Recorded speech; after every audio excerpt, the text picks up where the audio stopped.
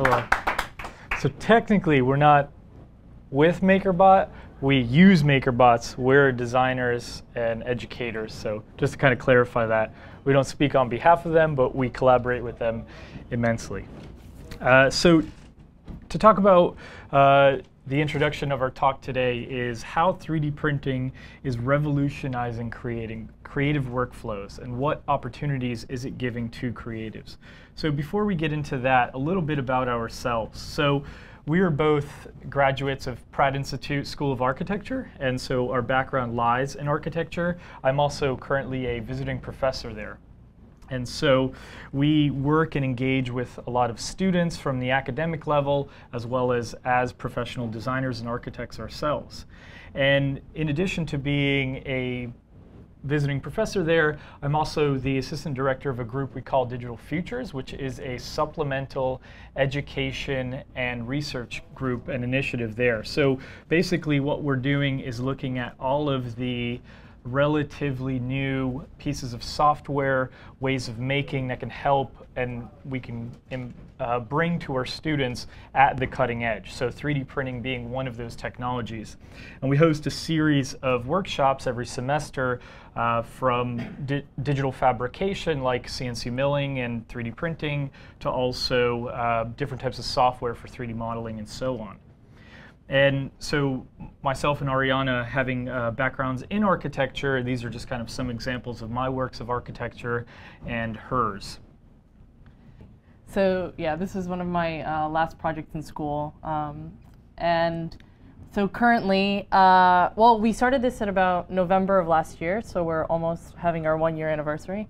And we started Simplest Design, which is kind of a design outlet for us, an incubator, where we experiment primarily using parametric workflows and 3D printing to help us output our designs.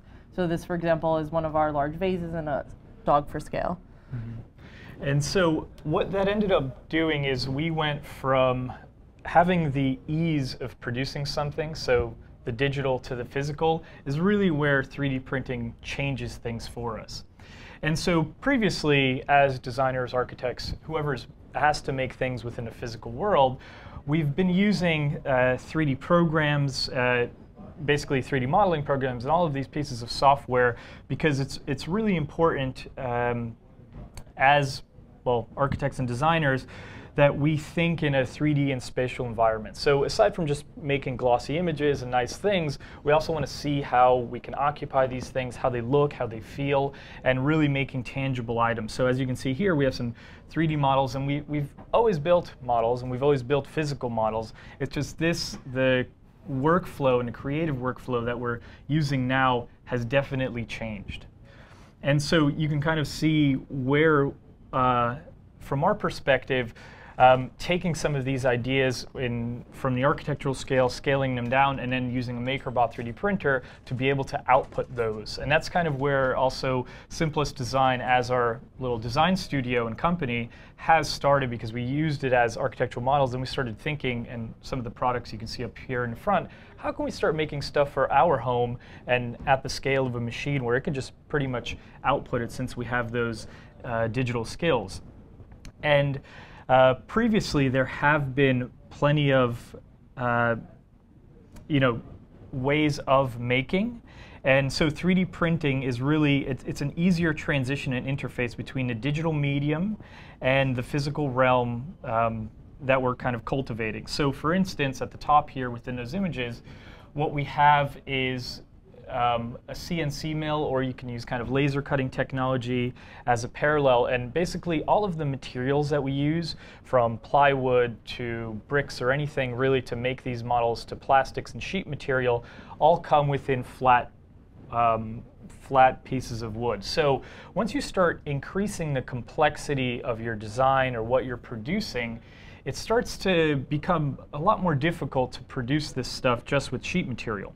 And so that's why instead of producing the exact replica, you're producing a abstraction of an idea, right? So this bench, for example, isn't necessarily the full form. It's part, it's kind of broken down so you can get an understanding of what it is, but it's not fully it, right? So within, and you can kind of see in these bottom examples, that you can actually get the intense complexity of whatever geometry that you would like to produce, but now at a much smaller scale that's producible on a much smaller machine, right? So since as architects, we and designers, we're no longer spending tons and tons of time with our pencils or pens and sketchbooks, we're actually producing this stuff consistently digitally, right? And our digital modeling is gotten to a point where there are introductory levels of software, more sophisticated ones, but you kind of produce it much quicker. So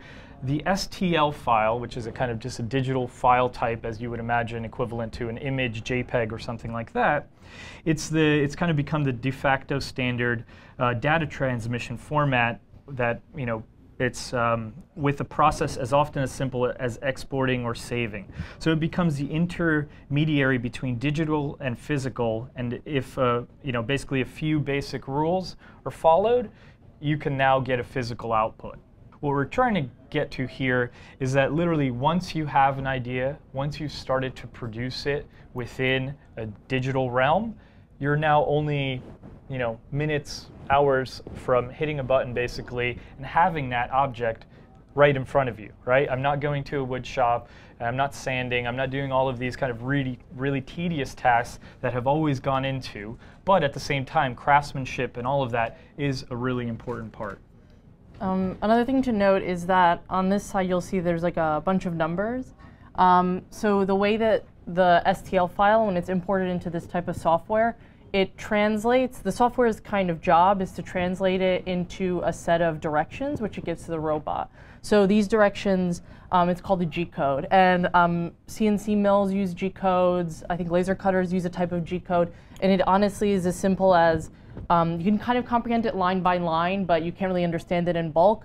But what it's saying is, go to this point X, Y, and Z and drop this much plastic, and then go to this point, and then go to this point. So it's literally taking your file and looking at it layer by layer, and then reading it and giving it directions. And so it is really kind of that simple transition from the model into understanding how the machine works. And then you can even see physically how that machine works is just following those directions.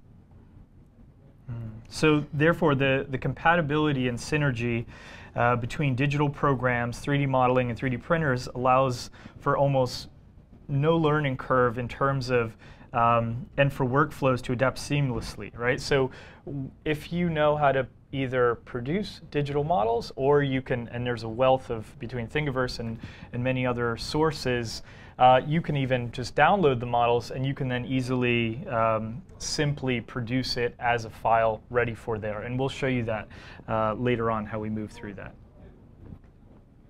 So one of the fundamental successes of 3D printing today is its desktop accessibility. So printers are getting cheaper, and the point is for you to have it in your home, or for a student to have it next to them on their desks. So we're going to really briefly just cover, just in this slide, about how this type of 3D printer works. So what it's called is an FDM printer, which is a fused deposition modeling.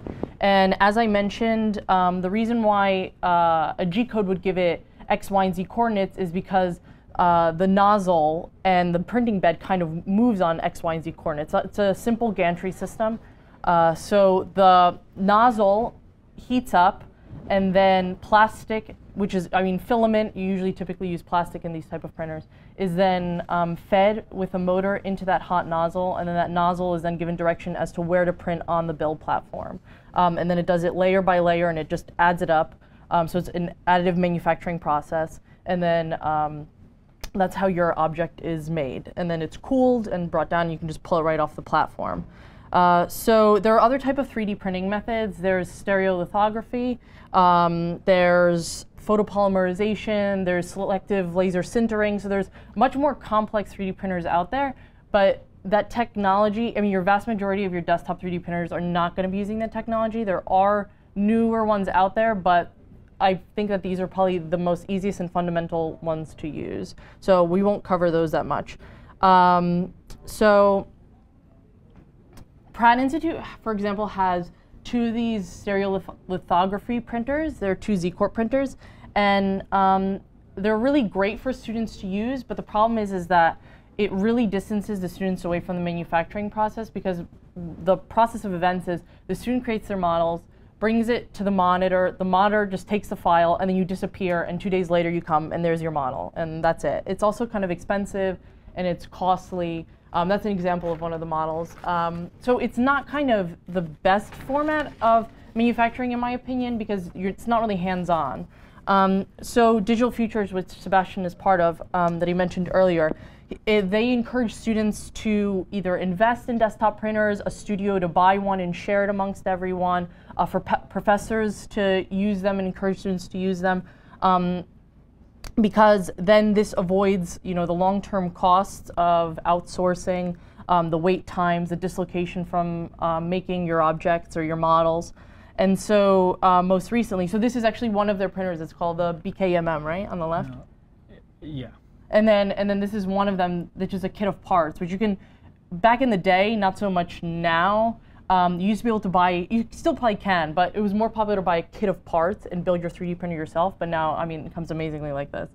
So this is actually the BKMM. So they actually have, they started a 24/7 3D printing lab in the school where a student can come and just bring their file, and all they have to do is bring their own material and bring their own build platform, and they can print it. And so it's on demand when you want it, and it's completely at their disposal, and they teach you how to use it. Mm-hmm. For students and even for us as Simplest Design, desktop 3D printing means no shipping, because our objects are right there, no files lost in translation with giving it to someone else, no outsourcing, no lead times, and significantly lower costs. And so this kind of opens us up to two modes of the way we work with 3D printers. So one of them I'd like to call quality assurance monitoring. And so that means you can be a little more precarious in how you kind of build things and how you want the print to come out. So, when you're in the wood shop, they always say measure twice, cut once, because if you screw up, that's it. With a 3D printer, if the first layer doesn't come out well, you just cancel the print, you restart it. And you can just keep doing that and keep doing that until you're perfectly happy with it. If it screws up somewhere in the middle, you just cancel it and restart it. And so you can be a little bit more finicky with 3D printers in terms of your manufacturing process. And that's why you can probably output a lot more models. The other thing is multitasking, which is really important for us and really important for students. You send out the print, and then all you have to do is kind of just keep it, your eye on it. Or even with the new MakerBots, they have a camera in the MakerBot in which you can just walk away and then tune in and look on the camera and see how your print is going. You don't even have to be there anymore. So that means you can do other work. Sometimes we send prints overnight while we sleep, and then wake up in the morning and they're done. So it really helps us to not have to sit there, and it really helps students to not have to sit there and physically work on the thing the whole time. And so this is kind of what we call the rejects pile of our stuff. So the point is to show you that we are always printing, and that's really important. And so as printers become more ubiquitous in schools and become more ubiquitous maybe in households, it's going to probably encourage more creativity, more output, more experimentation, and so we always say to always be printing, and so it's comparable to kind of any other technology or software. When there's an update or something new that's coming out, everyone wants to use it. Everybody wants to be most efficient, and so this is kind of our way of showing that.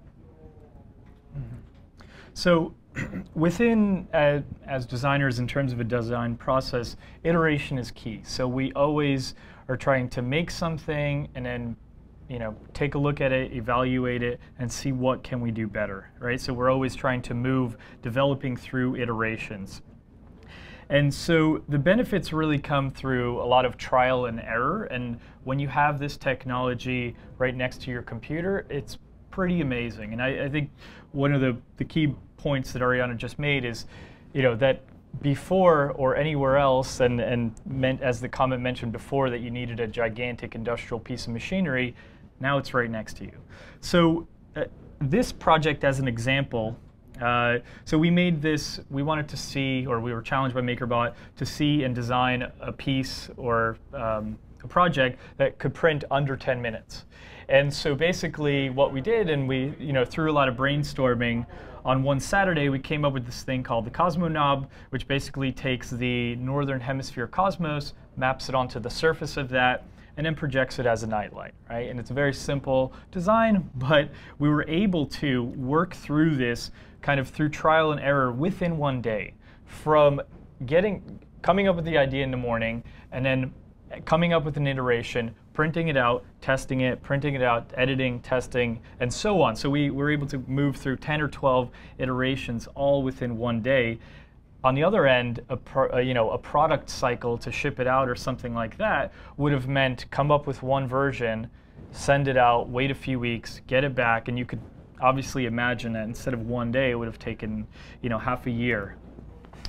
And so in this workflow scenario, there's no such thing as a failed iteration. So every version is an opportunity to learn from. The quicker the idea evolves, the more complexity it gains, and the further a project progresses. And so projects become more well-rounded rather than half-baked ideas rushed through a deadline. And so this hyper workflow, and that's that.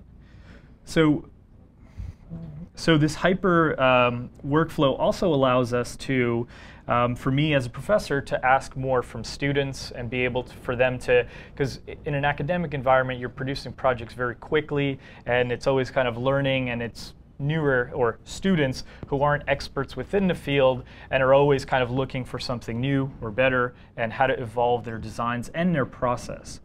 Right, and like as if you're working, say, for a client, now to every meeting you might be expected to bring a model of the work or the project, just how every student is expected to every now, a desk crit is what we call them when you meet your professor, to bring a model instead of at milestones such as like one big client meeting or the end of the presentation or midterms or finals. Now, so this is another project of ours, which is the diamonds is over there, the concrete diamond. These are all the casts we made for them. So we produced a bunch of casts, and imagine, we had to bring these to every single meeting and say, this one worked, do you like this one, do you don't like this one? And so you're iterating a lot more rather than saying, oh, let's not make a model because it's going to be too costly, let's just save it for the end. So that would also mean, kind of pushing the boundaries and what could,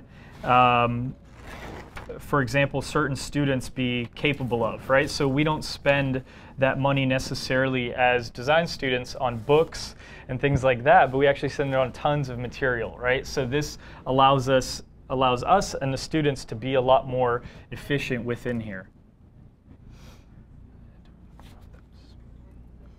Okay, and then also on top of that, it allows for certain experimentation within producing different projects and asking us, the students, to not only work within mediums or ways of thinking about certain things, because now not only are the regular things that we could think of possible, but the geometry and all of that kind of stuff increases as well. Right, so like this project, for instance, that is 3D printed. I mean, technically this type of 3D print, as we showed you earlier, would be almost considered a failure because it's not like nice layers. But this student wanted to experiment with ways in which you can delay the extrusion, make the extruder move slower. And if you can imagine, it probably took them a lot of iterations to get through to this. So with your more typical traditional building methods, it probably wouldn't have gotten this far. But he was able to produce tons and tons and tons of models that he could bring to his final and get to this point.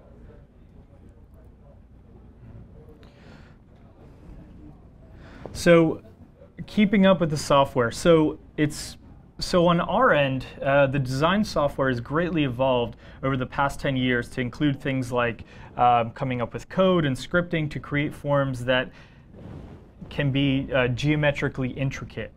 And geometrically intricate, parametric, and also amorphous. And so these forms are painstakingly difficult to produce physically without the help and accuracy of a 3D printer, right? So we're no longer really confined to orthogonal or perpendicular geometry that we're producing, but we can produce all sorts of intricate pieces that then no longer even have to do so much with not being able to produce them because they're not out of a certain material, but 3D printing definitely allows that.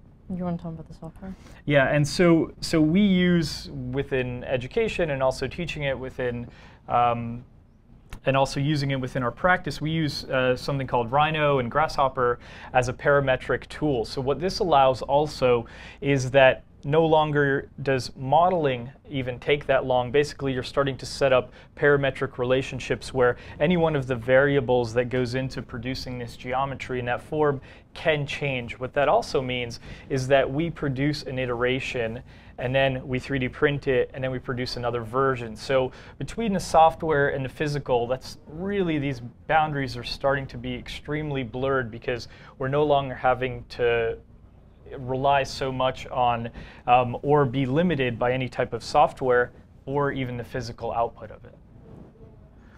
And so that results in various formal expression and detail, which we're no longer losing as any type of any type of difference within there, but also anything that we can kind of produce in the computer, we can almost produce within the 3D printer. Right, and the 3D printer doesn't it isn't biased against forms. You know, there's more filigree forms, like the one on the right, more porous, or there's more solid and geometric. And so the 3D printer won't tell you, one is kind of more expensive or more desirable than the other. What it's going to say is, this is either going to take more time or it's not going to take a lot of time. So all you kind of need is your parameter of time. I have a lot of time, so I'm going to print something large like the vase, or I don't have a lot of time, I'm going to print something small like a bracelet. Or I have a little bit more time, I'll print something porous, but I'm going to use supports, and I'm going to spend time pulling the supports out. It's just a matter of how much time you want to spend building this model. Right, so the complexity almost comes free. It's really just about the time. So, speaking of limitations, 3D printing, this type of 3D printer, the previous ones that I mentioned don't really touch upon this topic, but something like gravity sometimes is a little difficult to deal with desktop 3D printing because you can't really just print sideways without something underneath it. And furthermore, sometimes you have to use supports, or, MakerBot has very creative ways, and there's a big community that kind of helps in these sorts of aspects, but we kind of find those fun. So for instance, one of the things that we've been doing is, speaking about the diamond, is we've been now casting in our 3D prints. What else can we do with 3D prints? Can we couple it with different materials, such as inserting glass? Could we add maybe other plastics to it? And now other companies are using different types of filaments. Could you then cast it? Or, cast actual 3D print in wax. There's lost what is it called? Lost wax casting. Mm-hmm. So for instance, this is our first iteration of our diamond. You can see it's a little crummy. And then this is our recent iteration. So after a lot of trial and error and a lot of experimentation, they're now coming out cleaner, and we've been testing with different mold releases, things like that. So here's another example of using different depths of concrete. But the cool thing is that a lot of people ask us, like, oh, did you 3D print in concrete? And it's because the resolution of the 3D print is still embedded in the concrete. So it kind of leaves this cool kind of texture on it. So when it comes to 3D printing, there's a lot of techniques that exist and a lot of different workflows. But the most important thing is that everything is becoming easier and faster, and there's a smarter process. And so this methodology does not just apply to students. It applies to professionals. It applies to designers like us, freelancers. It applies to everyone. So I think this technology is going to carry over to a lot of diverse types of industries. Mm-hmm. So now we're going to show you a super quick tutorial on how to take a file from Thingiverse, which is a free 3D file hosting website that MakerBot put together that we're on, and translate it into Makerware software and then print it on a 3D printer. So basically, this, like Arya mentioned, the MakerBot Thingiverse is an amazing site where a lot of people share their files, and everything on Thingiverse is free with basically Creative Commons licenses. So you can't really take it, produce it, and sell it, but you can make one in your own home if there's something you like, right? So from a headphone jack to a whistle to a glass or a Halloween, costume or a lamp, or really, there are so many thousands of models on there that it's really amazing. So Also, another thing to mention is we use it in a creative realm, and that's kind of what our talk consists of, but also it really opens up the opportunity that if you have a MakerBot or access to a 3D printer of any kind, basically you can take any of these files and produce them yourself, right? You can change the material, you can change the color, and all of those different types of variables. But in terms of a step-by-step, basically you would go to Thingiverse, you would search for, let's say if we search our name and we printed and we selected our Make More keychain, right, which is the one that just printed within, I think it was like 10 minutes or so on the MakerBot, and basically you can take that, you can go to the page, download it, and it comes out as, or the file available that we've made available to you is an STL file, right? So I mentioned that earlier as the kind of standard for 3D files that are shareable, editable, and so on. And so once you go ahead and download that, MakerBot has a piece of software called MakerBot Desktop, which has Thingiverse embedded in it. It also has a store, right? So they have a kind of premium collection of files on the design store. I don't know if some of these are them, but basically that you have access to, that they produce these really beautiful and intricate models that you can kind of download and import to your piece of software. So once you basically select your printer, so this is the MakerBot Replicator 5th Gen, and I mean, you have a lot of choices. It depends. Like we don't have a 5th Gen, so we have a Rep 2, so you can choose it, and the bed size will scale to it. So it's smart enough to understand that, oh, this is the size of your printer. It's really intuitive, and it really is kind of user-friendly that you don't really need to put in any sort of configurations or anything. Yeah, and it's a super simple process of just opening up an STL file within the software. Basically, within here, we just have standard settings. You don't really need to even tweak them that much. And basically, you'll set the infill, how much plastic is inside of it, how many shells, and then also the layer height, which we call resolution. And then also speed is another option. And then once you hit export, basically what the piece of software does, as we mentioned before, is it takes whatever your 3D model is, and it breaks it down into, in this case, our layer height or resolution was 0.2 millimeters, very fine amount, 200 microns, and basically layer by layer just slices it, and then export that as G-code as a set of instructions for the bot, similar to your whatever desktop actual 2D printer you use, right? So it'll take whatever graphics or Word document you've sent to print and put that out into a set of instructions. This is basically that same piece of software interfacing with the MakerBot. Once you export that, go to the print. Well, the interesting thing about MakerBot Desktop, the new version, is that it'll actually give you an estimate about its print time, which in the older MakerBot Desktop it didn't. And so this is really helpful because then you'll know, like, oh, I should stick around for the next 15 minutes, it'll be done, or this is going to take 5 hours, I'm going to take a nap. And then so, yeah, basically, as James was showing us, you just hit print, it'll do a calibration, and then you can send it. Yeah, and on the newer printers, you can either plug in a USB. On our printer, I'm not sure, this one uses SD card too? Oh, so on our printer, some of the other ones, I'm sure you use just an SD card, which is the same thing you find, obviously, in your digital cameras. And that just stores all your files. And the files are very light and small. They're not heavy, the G-codes, because it's just simple text. And so, yeah, you just plug it right in and you print, and it'll go right to the top. Right. So thank you. We have a few more things to show, but that's it. So this is our Thingiverse page. So all of these files, if you'd like to, you can download them for free and 3D print them. And then this is our website, which is our kind of premium content. So as we said, we're designers. So all of our stuff in our design studio, how it works is, aside from design as a service, we also are a product company. So we design and produce all of these designs, as well as have them for sale on our website. And then this is our information. We have cards if you'd like as well, but if you'd like to get in touch with us for any information, or we're also on Facebook, Instagram, and Twitter, as well as Thingiverse and all of these other outlets. But that's what we wanted to share. Well, thank you very much, guys. Thank you. Whether you're a hobbyist or a professional, B&H has the answers to your questions. Experience a world of technology at our New York City Superstore. Connect with us online or give us a call. Our staff of experts is happy to help.